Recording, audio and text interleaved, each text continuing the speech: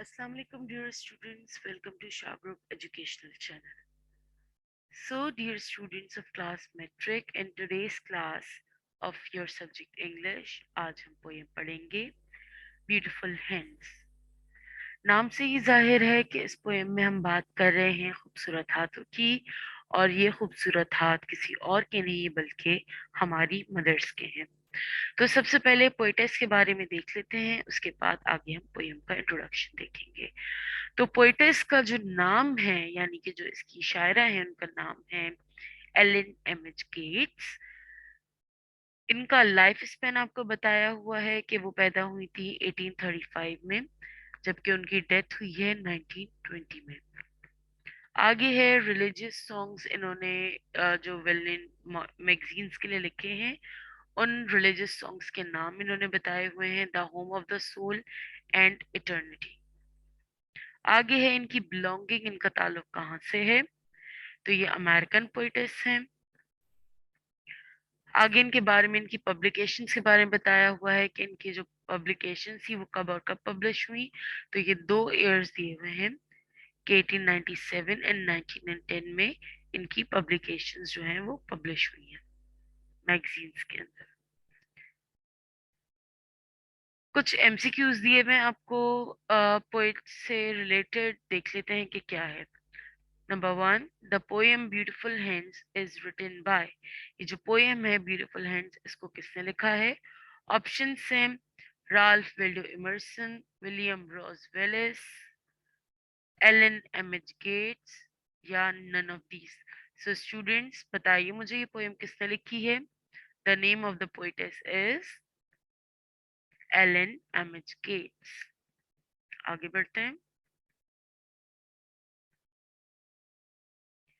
Elon MH Gates was born in the year dash। Ellen MH Gates किस साल पैदा हुई? ईयर ऑफ बर्थ बताना है। ऑप्शन है आपके पास 1834, 1835, 1919, none of these। So the correct answer is 1835। तो हमने 1835 को यहाँ पर मार्क कर दिया। Next is about poem. Poem के बारे में देखते हैं आपको क्या इंफॉर्मेशन दी हुई है।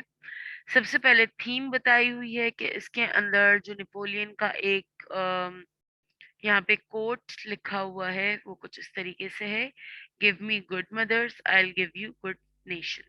यानी आप मुझे अच्छी माएँ दें, मैं आपको अच्छा मुल्क दूंगा।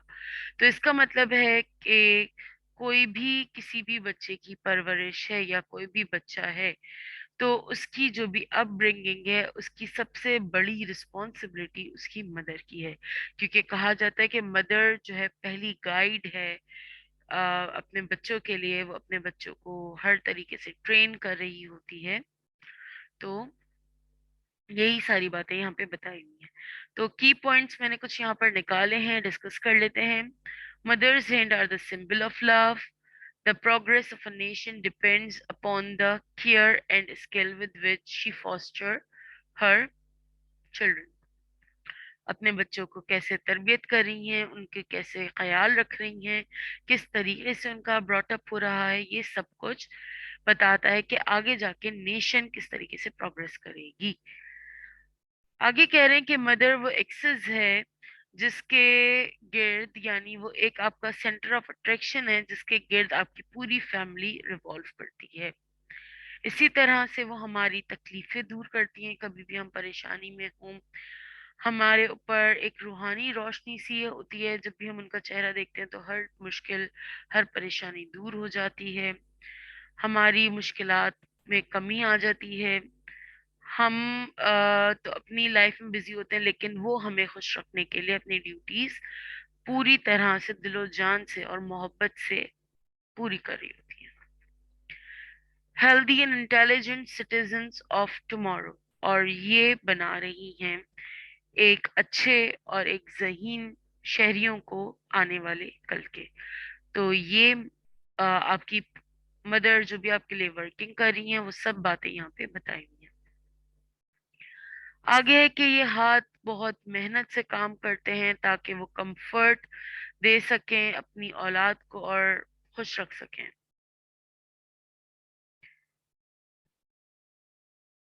और इसी तरीके से कि ये हाथ अब इतने कमजोर हो गए हैं कि ये अब वीक टाइम भी करीब है, कि वो दिन करीब है कि जब ये हाथ छोड़ के चले जाएंगे। लेकिन पोइट ने यहाँ पर आपको एक होप भी दी है कि दुनिया तो इंसान की टेम्पररी होती है, लेकिन जब परमानेंटली बेसिस पे यानी कि इटर्निटी में, हेवन में हम दोबारा से मिलेंगे, और उस टाइम पे जब सारे बूढ़े फिर से जवान कर दिए जाएंगे, तो कह रही हैं कि जब मैं इन हाथों को देखूंगी तो फौरन से पहचान लूंगी, और फिर मैं इन हाथों को ग्रैब कर लूंगी। आपकी जो बुक में वर्ड यूज हुआ है वो क्लैस्प का वर्ड यूज हुआ है, यानी कि मैं उनको पकड़ लूंगी, थाम लूंगी, और फिर कभी भी मैं उन हाथों को नहीं छोड़ूंगी। तो इस पोयम के जरिए बहुत खूबसूरती से जो पोइटस हैं एलन एम एच गेट्स, उन्होंने मदर का रोल और मदर के हैंड्स की तारीफ की, और वो सारे पेन्स, वो सारे सेक्रीफाइसेस जो कि वो अपनी औलाद के लिए करती हैं, उनकी बात की है। बढ़ते हैं आगे पोएम से रिलेटेड एमसीक्यूज की तरफ। MCQ number 1 is on your screens. Statement है, such beautiful beautiful hands, they are neither white nor dash. वो खूबसूरत हाथ अब ना ही सफेद रहे और ना ही क्या रहे हैं। ऑप्शन है आपके पास, बिग, स्मॉल, ब्लैक, फेयर। तो क्या आएगा यहाँ पर? यहाँ आएगा नीदर वाइट नॉर स्मॉल। ये पोएम की लाइन है। ठीक है, आगे बढ़ते हैं। The theme of the poem is that mother take great dash in raising their children। कह रहे हैं कि थीम कुछ इस तरीके से कि माँ जो है वो बहुत ज्यादा क्या करती हैं अपने बच्चों की तरबियत के लिए। ऑप्शन है एफर्ट्स, स्ट्रेन, पेन, केयर। तो ग्रेट पेन बर्दाश्त करती हैं अपने बच्चों की अच्छी तरबियत के लिए। Okay, students, so it was all about the poem Beautiful Hands.